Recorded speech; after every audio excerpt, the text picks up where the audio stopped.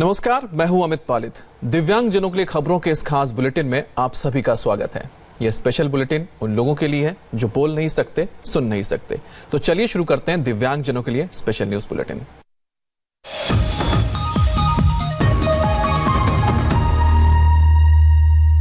महाराष्ट्र में एक बार फिर शिवसेना और कांग्रेस में घमासान शुरू हो गया है।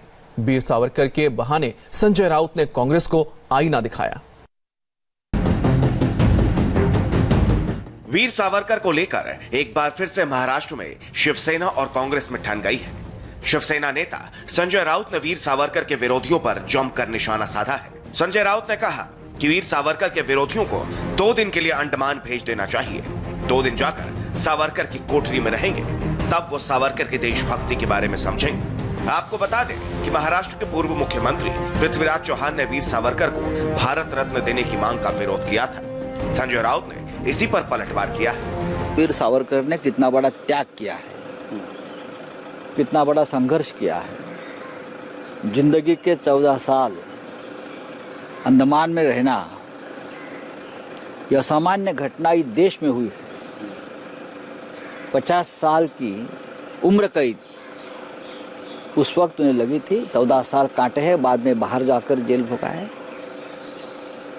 जो लोग उनको विरोध करते हैं भारत रत्न देने के लिए, वो कोई भी हो, किसी भी पार्टी के हो, किसी भी विचारधारा के हो, ये सभी को 2-2 दिन अंडमान में उसी सेलुलर जेल में, उसी काल कोठरी में जहां वीर सावरकर को रखा था, 2 दिन रखना चाहिए।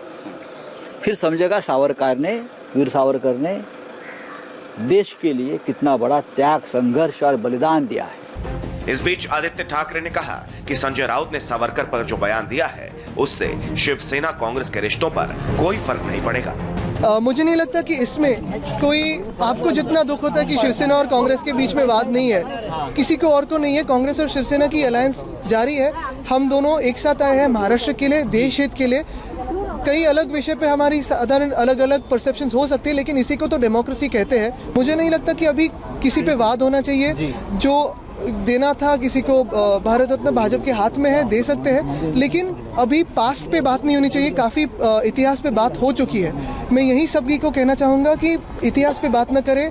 सभी व्यक्ति महान थे, हम सभी का आदर करते हैं। संजय राउत के बयान का वीर सावरकर के पोते रंजीत सावरकर ने स्वागत किया है।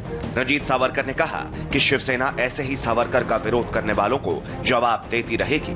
साथ ही कहा कि संजय राउत ने भले ही पृथ्वीराज चौहान का नाम लिया है, लेकिन उनका इशारा राहुल गांधी थे। संजय राउत ने जो ये स्टेटमेंट किया है सावरकर की निंदा करने वाले कांग्रेसियों के खिलाफ, वो एकदम सही है और मैं इनका स्वागत करता हूँ। शिवसेना ने इसके पहले भी मणिशंकर अय्यर के जैसे लोगों के सामने बड़ी तीव्रता से उनका विरोध किया था और इसी डर से आज तक मणिशंकर अय्यर आज आया नहीं है। मुझे ऐसा लगता है कि शिवसेना ने अभी कांग्रेस को कन्विंस करना चाहिए कि वो सावरकर के बारे में ऐसे बदनामीकारक वक्तव्य ना करे। और मुझे शिवसेना से उम्मीद है कि जैसे पहले किया वैसे ही शिवसेना तीव्रता से सावरकर के पर जो बदनामी करेंगे उनका विरोध करेगी। देखिए, संजय राउत ने आज तो स्पष्ट कर दिया है, उन्होंने तो बोल दिया कि उन्होंने अंडमान में जाना चाहिए। तो ये तो राहुल गांधी को उन्होंने बोल दिया है कि नाम पृथ्वीराज चौहान का लिया होगा, बदनामी राहुल गांधी करे। उन्होंने उनको सलाह दे दी कि अंडमान जाके खुद अनुभव ले और फिर बाद में बयान करे। सावरकर पर मचे घमासान के बीच केंद्रीय मंत्री रामदास आठवले ने कहा कि सावरकर की विचारधारा को लेकर मतभेद हो सकते हैं, लेकिन देश के लिए सावरकर के योगदान को कोई खारिज नहीं कर सकता। सावरकर जी के बारे में मतभेद जरूर हो सकते हैं, लेकिन सावरकर जी को अगर भारत रत्न देना है या नहीं देना है, ये तो सरकार की जिम्मेदारी है। लेकिन वैचारिक मतभेद बाजू में रखकर सावरकर जी का देश के आज़ादी के लिए बहुत बड़ा योगदान रहा है, ये भी मान्य करने की आवश्यकता है। तो संजय राउत जी का ये कहना सही है, लेकिन यहाँ कांग्रेस पार्टी और राष्ट्रवादी कांग्रेस पार्टी इसका कड़ा विरोध कर रही है। उसको कैसा संजय राउत संभालेगी? उद्धव ठाकरे जी ने जिस कांग्रेस और राष्ट्रवादी से हाथ में मिलाया है और अपना सरकार चलाया है, तो ये मतभेद के दरार पर ये सभी पार्टियां खड़ी है, तो ठीक बात है। लेकिन संजय राउत के स्टेटमेंट से मैं सहमत हूँ। इससे पहले कांग्रेस की रैली में जब राहुल गांधी ने सावरकर पर विवादित बयान दिया था, तब भी कांग्रेस और शिवसेना में जबरदस्त तनातनी हुई थी। अब देखना यह है कि संजय राउत के इस बयान के बाद कांग्रेस क्या कदम उठाती है। एक तरफ देश निर्भया के दोषियों की फांसी का इंतजार कर रहा है, वहीं सुप्रीम कोर्ट की वकील इंदिरा जयसिंह ने निर्भया की मां से चारों दोषियों को माफ करने की अपील की। इंदिरा जयसिंह की इस अपील पर निर्भया की मां ने नाराजगी जताई है। देश की जानी मानी वकील इंदिरा जयसिंह ने निर्भया की मां आशा देवी से चारों दोषियों को माफ करने की अपील की है।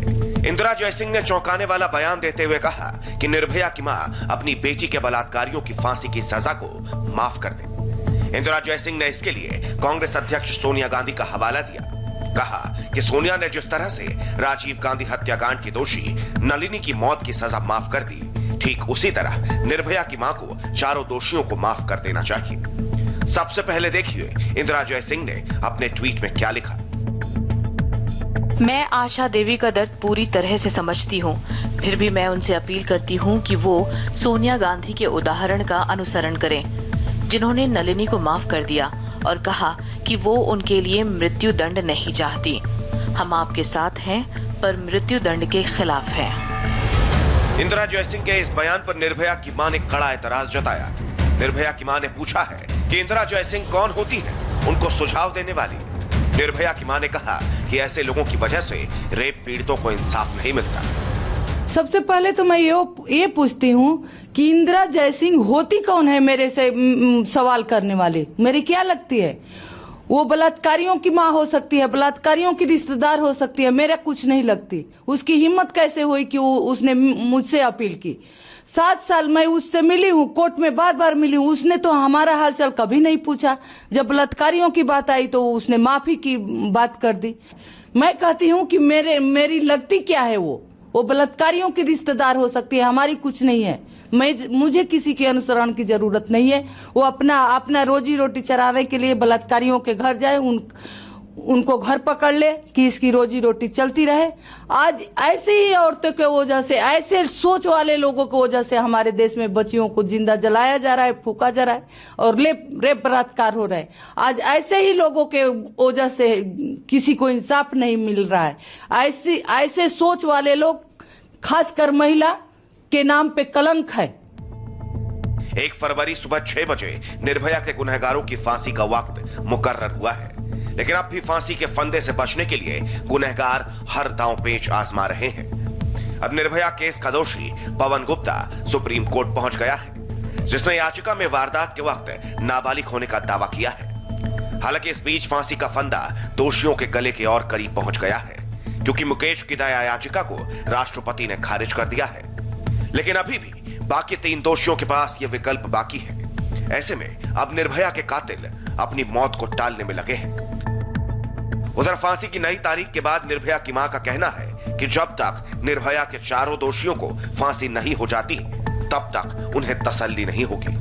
जब तक उनको फांसी नहीं हो जाती तब तक मुझे तसल्ली नहीं है, क्योंकि ये शुरू से ही आगे डेट, कभी तारीख पे तारीख, अब वारंट पे भी डेट पड़ने लगी, तो मुझे इससे तसल्ली नहीं है। ये हमारा कानून व्यवस्था ऐसा है, हमारी सिस्टम ऐसा है कि कोर्ट से लेकर हर जगह उनकी सुनी जाती है, जो वो चाहते हैं वही होता है। लेकिन हम एक विक्टिम हैं, हमें हमारे हिस्से में सिर्फ डेट पे डेट, तारीख पे तारीख मिलती है। का सिर्फ मानव अधिकार देखा गया है। एक बच्ची चली गई 7 साल पहले, हम इतना 7 साल से संघर्ष कर रहे हैं, लेकिन हमारा अधिकार कहीं नहीं देखा गया। हमारे हिस्से सिर्फ डेट और डेट, तारीख पे तारीख पड़ी है। अब देखना यह है कि 1 फरवरी को निर्भया के दोषियों को फांसी होगी या फिर ये तारीख और आगे खिसक जाएगी। यूपी में एक बार फिर उन्नाव जैसी दिल दहलाने वाली वारदात हुई है। कानपुर में रेप के प्रयास के आरोपियों ने जमानत पर छूटने के बाद पीड़िता की मां और मौसी पर जानलेवा हमला कर दिया, जिसकी वजह से कल हॉस्पिटल में पीड़ित लड़की की मां की मौत हो गई। उत्तर प्रदेश में गुनाह थमने का नाम ही नहीं ले रहा है। एक बार फिर से उन्नाव जैसी वारदात हुई है। कानपुर में रेप की कोशिश करने वाले आरोपियों ने जमानत पर छूटने के बाद पीड़िता की मां और उसकी मौसी पर जानलेवा हमला कर दिया, जिसकी वजह से कल पीड़िता की मां की मौत हो गई। मामला 9 जनवरी का है। जब रेप की कोशिश करने वाले आरोपियों ने जमानत पर छूटने के बाद पीड़िता की मां को केस वापस लेने का दबाव बनाया। पीड़िता की मां जब नहीं मानी तब आरोपियों ने जानलेवा हमला कर दिया। दिनांक 9 जनवरी 2020 को थाना क्षेत्र चकेरी के मक्कू शहीद के भट्टे के पास दो सगी बहनों को क्षेत्र के मिंटू, महफूज, महमूद और आविद तथा कुछ और लोगों के द्वारा चापड़ और रॉड से बुरी तरीके से मार के घायल किया गया था। कल दिनांक 17 जनवरी को इलाज के दौरान मृत्यु हो गई है। इस संदर्भ में 307 को 302 हत्या में तरमीम किया गया है। कानपुर पुलिस पहले ही 3 आरोपियों को गिरफ्तार कर चुकी है, लेकिन कल पीड़िता की मां की मौत के बाद पुलिस ने 2 और आरोपी परवेज और मोहम्मद आबिद को मुठभेड़ के बाद गिरफ्तार कर लिया है। रात्रि में 17/18 में एक्सचेंज ऑफ फायर में इसके 2 अभियुक्त आबिद तथा Mintu Parvez exchange of fire में पुलिस मुठभेड़ में घायल हुए हैं। इन दोनों के पैर में गोली लगी है। इनको इलाज के लिए काशीराम अस्पताल में भर्ती कराया गया है और इनके पास से 2 कंट्रीमेट पिस्टल तथा कार्ट्रिजेस बरामद हुए हैं। पकड़े जाने के बाद दोनों आरोपियों ने कबूला कि उन्होंने केस वापस लेने का दबाव बनाया था। हमने 2 लात मारा था बाद में। तो उसी से उसकी मौत हुई है? नहीं, मौत नहीं हुई उसकी, वो तो गिर के वाली मरी है। हाँ। वो अदा से अपनी बहन को देख के गिर तो क्यों मारा था सर? ये हम लोग को रेप में फंसा चुकी थी। अच्छा, वो वाले रेप में। हाँ। हम लोग जो शादीशुदा है, खड़खड़ा चला भट्टे पे रहते हैं। वो गवाह थी ना जी, वो जो है मतलब गवाही दे रही थी। गवाही भी दे रही थी, समझो उसके बहुत पकड़ दी थी। हाँ। नेता नगरी से लगा हर जगह। इसीलिए मारा है? नहीं, इसलिए नहीं मारा। क्यों मारा? ये बार बार वो छेड़ती थी। हाँ। कोई अगर दूसरा भी मार के जाता था, हाँ। नद्दी मारिस, हाँ। हम 2 भाई के ऊपर नाम आ गया। मामला साल 2018 का है। चकेटी इलाके में मोहल्ले के ही महफूज और बाबू अपने साथियों के साथ नाबालिग लड़के को उठा ले गए थे, फिर रेप की कोशिश की थी। इसी केस में पीड़िता की मां गवाह थी। शिरडी के साईं बाबा के जन्म स्थान को लेकर महाराष्ट्र में एक ऐसा विवाद हो गया कि अब शिरडी शहर को बंद किया जा रहा है। दरअसल सीएम उद्धव ठाकरे ने कहा था कि साईं बाबा का जन्म स्थान पाथरी गांव का विकास करेंगे। उद्धव के इसी बयान पर शिरडी में बवाल मच गया। साईं बाबा की जन्मभूमि को लेकर शिरडी में घमासान मचा हुआ है। ये विवाद सीएम उद्धव ठाकरे के एक बयान की वजह से है। दरअसल महाराष्ट्र के सीएम उद्धव ठाकरे ने कुछ दिनों पहले औरंगाबाद में एक बड़ा ऐलान किया था। उद्धव ठाकरे ने कहा था कि परभणी जिले के नजदीकी पाथरी गांव में जिस जगह पर साईं बाबा का जन्म हुआ था, वहां 100 करोड़ रुपए का विकास काम करेंगे। विकास से तो शिरडी वालों को कोई आपत्ति नहीं, लेकिन जब उन्होंने पाथरी गांव को साईं का जन्म स्थान बता दिया तो विवाद शुरू हो गया। आणि या बैठकांमध्ये लोकप्रतिनिधींचे जे काही प्रश्न आहेत ते तिथले तिथे सोडवण्याचा माझा हा प्रयत्न आहे। आणि हा प्रयत्न करत असताना एका गोष्टीचा मला नक्कीच सांगायला आनंद होतोय की पाथरी येथे साई जन्मस्थान जे आहे तिथे सुद्धा आम्ही एक विकास आराखडा केलेला आहे आणि लवकरात लवकर त्याचं भूमिपूजन होऊन ते सुद्धा एक क्षेत्र तीर्थक्षेत्रासारखं आम्ही विकसित करतो। साईं बाबा के जन्म स्थान को लेकर बवाल इस कदर शुरू हो गया है कि शिरडी शहर को बंद करने का ऐलान कर दिया गया है। शिरडी के इतिहास में ऐसा पहली बार होगा जब रविवार से मंदिर के दरवाजे तो खुले होंगे, लेकिन आश्रम के दरवाजे बंद होंगे। शिरडी शहर में भक्तों की भीड़ तो होगी, लेकिन न दुकानें खुली होंगी न कोई होटल।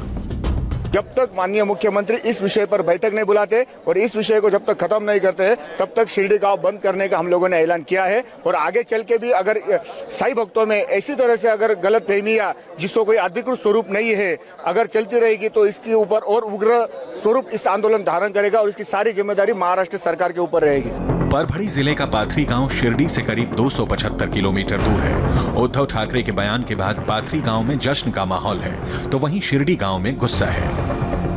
पाथरी गांव के लोग कहते हैं कि साईं सतचरित्र के 8वें एडिशन में साईं बाबा का जन्म स्थान पाथरी बताया गया है। शिरडी गांव के लोग कहते हैं कि साईं बाबा ने अपने जन्म स्थान के बारे में किसी को नहीं बताया।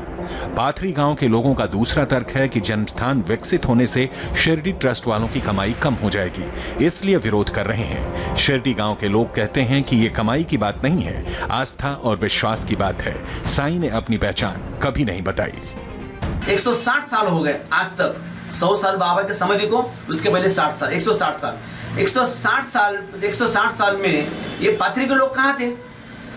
पाथरी का भुसरे के कुटुंब का एक लड़का वहां से गायब हो गया है, उसका मतलब क्या है? उसका ऐसे मतलब कोई भी आएगा हमारे गांव में से बच्चा गायब हो गया और वही आदमी वही बच्चा शिरडी का साईं बाबा बन गए, ऐसा कोई भी बोलेगा? शिरडी रहीवासियों का ये कहना है कि पाथरी में बाबा का जन्म नहीं हुआ है, तो उन्होंने कहना चाहिए कि बाबा का जन्म कहाँ हुआ है। बाबा ने जन्म ही लिया है, बाबा प्रकट हुए शिरडी में, लेकिन वो जन्म लेके ही प्रकट हुए है। पाथरी में बाबा का अगर जन्म नहीं हुआ तो शिरडी के लोगों ने ये कहना चाहिए कि कहाँ हुआ है। ऐसा पहली बार नहीं हो रहा है कि साईं के जन्म स्थान को लेकर बवाल मचा है। कुछ दिनों पहले राष्ट्रपति कोविंद भी यहां पहुंचे थे और उन्होंने भी कहा था कि साईं बाबा का जन्म स्थान पाथरी का विकास भी होना चाहिए। साईं ट्रस्ट वाले नाराज हो गए थे और राष्ट्रपति के सामने विरोध दर्ज कराने दिल्ली पहुंच गए थे। इंडिया टीवी के दर्शकों के लिए एक काम की बात, नए केबल